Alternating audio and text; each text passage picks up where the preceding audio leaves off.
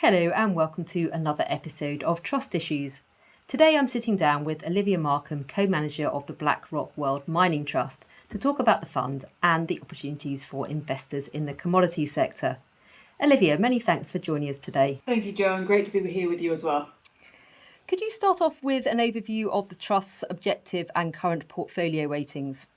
Certainly. So the objective of the World Mining Trust is really to provide a diversified exposure to the metals and mining sector. We're looking to maximise the total return available in the sector through the cycle. This is mainly done through public equities, but we also invest in private holdings, royalties, and we use the features of the investment trust such as gearing and option writing really to enhance that overall total return. In terms of exposures, I would like to think of this firstly in terms of the preferred commodities that we're backing. So we have a notable overweight to copper, where we really like the structural long-term story around copper and its role in enabling the energy transition.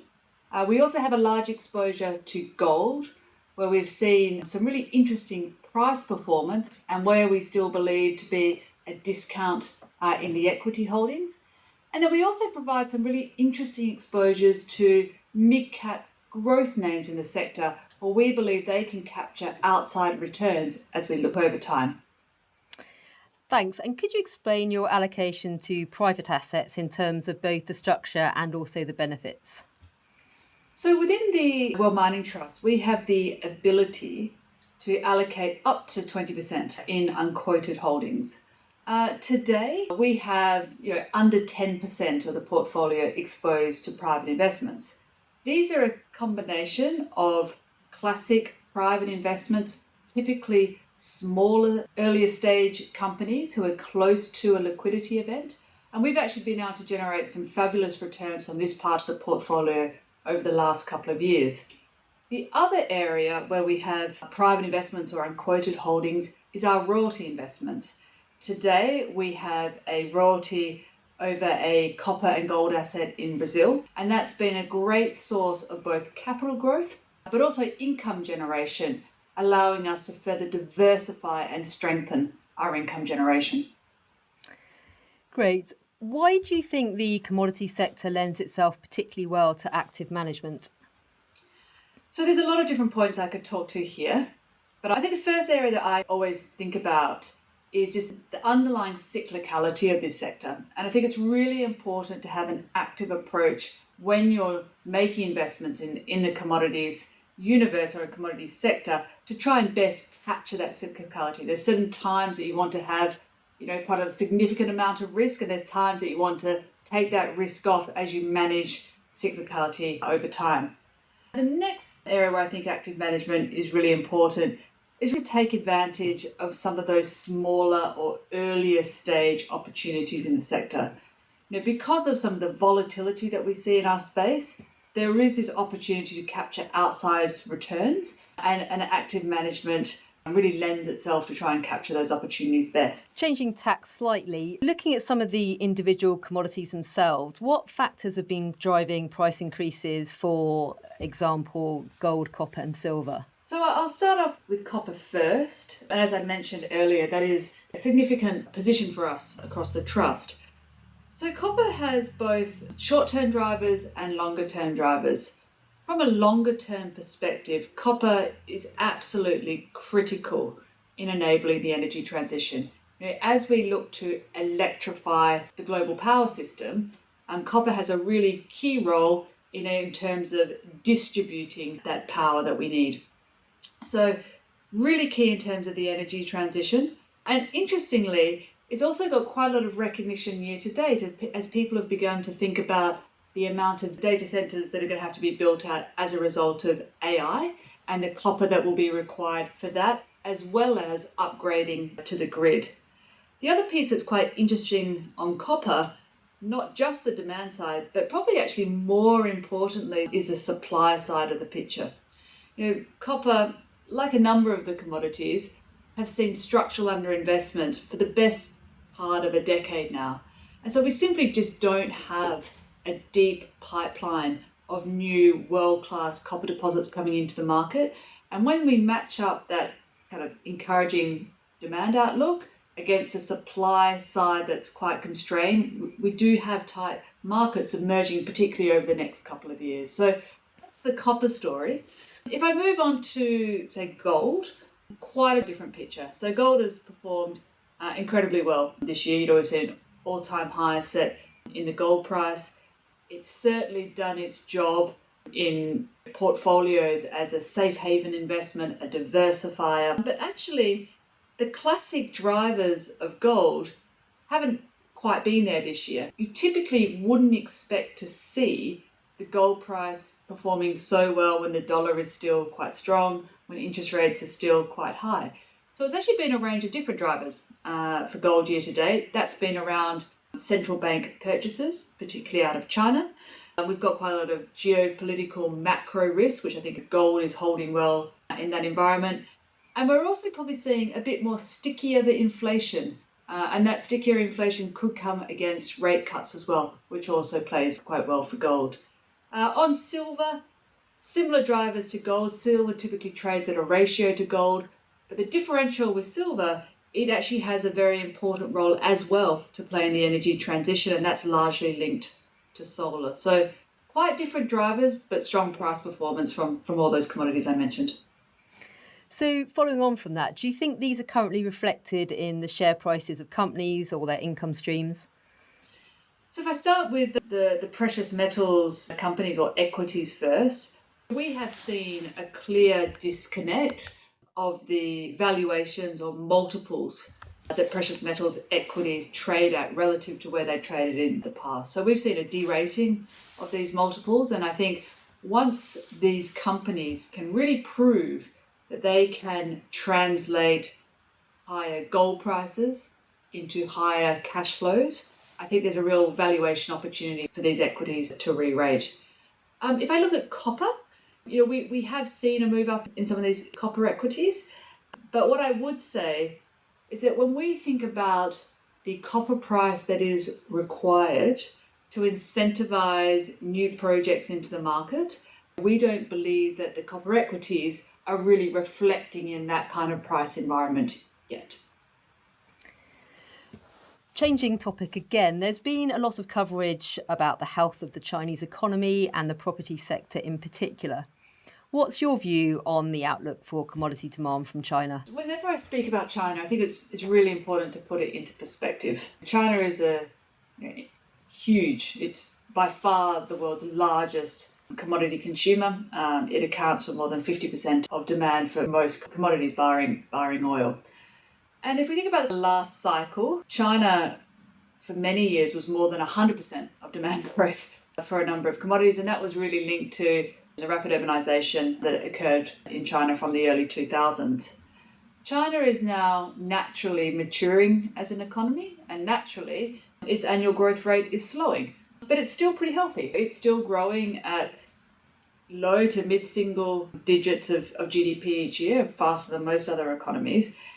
But what is really important from a commodity perspective is actually to think about the absolute tons that are required. So as China has become so large as a commodity consumer, even if it's growing at a slower rate, the absolute quantum of additional commodities it needs each year is still very large.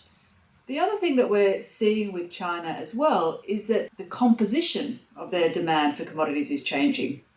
Last cycle, it was very much urbanization, early stage infrastructure-led demand, so very steel intensive, iron ore intensive.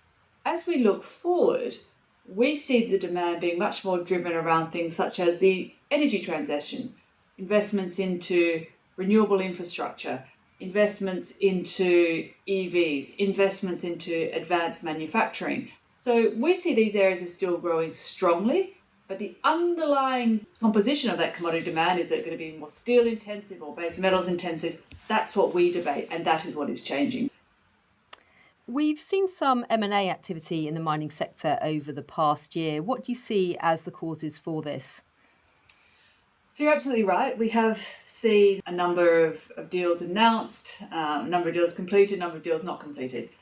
And I think there is this disconnect in the cost of building new capacity versus the price that equities or companies are valued at today. So that buy versus build argument, I think, has been kind of supporting some of this move around M&A. The other area that I would also highlight is that a number of the companies who have not invested in growth over the last 5-10 years and don't have a deep pipeline of opportunities, they're having to look towards M&A to find those opportunities. And it is very difficult to discover, permit, build, finance new projects today. And that's why I think a number of companies thinking, actually, is it a lower risk, higher returning option to actually go into the market and try and build. Some of this M&A activity hasn't necessarily been at the top co level, the listed equity level. It's been much more at the asset level. So there's been a number of transactions done at that space as well. So something that you've touched on already, looking ahead, could you talk us through the scale of commodity supply needed to meet global energy transition commitments and also the AI revolution that we're seeing? So I think this is an area that investors should really spend some time looking at, and is a real structural long-term opportunity for the metals and materials sector more broadly. We did a lot of work actually on this last year and did some really interesting research that maybe I'll give a bit of a flavour for today. So in simple terms, if we think about the energy system of today, it's an energy system which is based on the continuous combustion of fossil fuels. If we think about the energy system of tomorrow, it's actually going to be underpinned by sustainably produced metals and materials. We need the steel for the wind turbines, we need the aluminium and silver for the solar panels, the battery materials for the EVs, we need to build out the grid, we need to electrify everything, that's all of copper. So as you can hear me talking, there's just an incredible amount more of metals and materials that we need to replicate what we have today. Now, there's a huge range of estimates on the pathway around the transition, the pace that occurs at, but there's no stepping away from the fact that we just need substantially more metals and materials to enable this. And one of the things that I particularly look at is whether or not I believe that the supply side of the equation can match and keep up with that demand side picture. We see some real challenges, particularly in areas like copper, for that market to really deliver the tons that will be required longer term, unless we see a step change in the commodity price environment. So I think this is a really interesting opportunity. Something that's been talked about more this year is metal demand, particularly copper demand, linked to AI data centers and the investments and upgrades that we're going to need to see for the grid as we look forward. Once again, a really interesting longer term driver.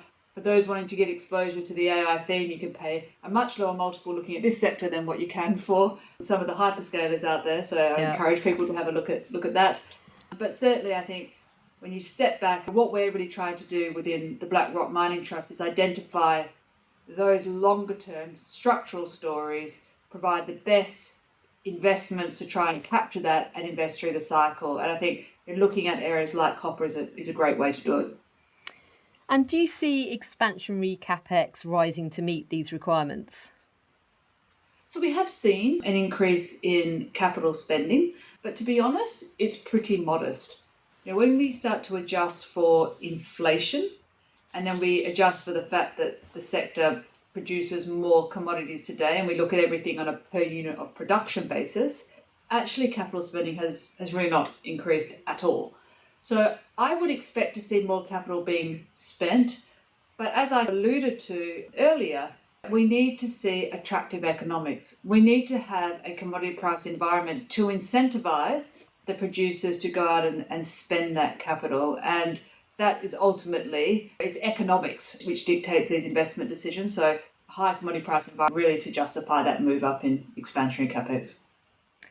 Well, that seems a very positive note on which to end today. I'd encourage you to visit the BlackRock website to find out more information about the trust, and I can highly recommend Olivia and Evie's insight articles covering investing themes in the sector. We also have a wealth of information available on the Kepler Trust Intelligence website, including our latest research note on the trust. Thanks to Olivia for joining us today. Thank you, Jo. Great to be here. And we hope you join us again soon for another edition of Trust Issues. Past performance is not a reliable indicator of future results. The value of investments can fall as well as rise, and you may get back less than you invested when you decide to sell your investments. It is strongly recommended that if you are a private investor, independent financial advice should be taken before making any investment or financial decision. Please be aware that there can be a time lag when we release podcasts, meaning time-sensitive information may no longer be accurate at the time of publication. Kepler Partners LLP has a relationship with some of the companies covered in this podcast, which may impair its objectivity. Kepler Partners LLP is authorized and regulated by the Financial Conduct Authority.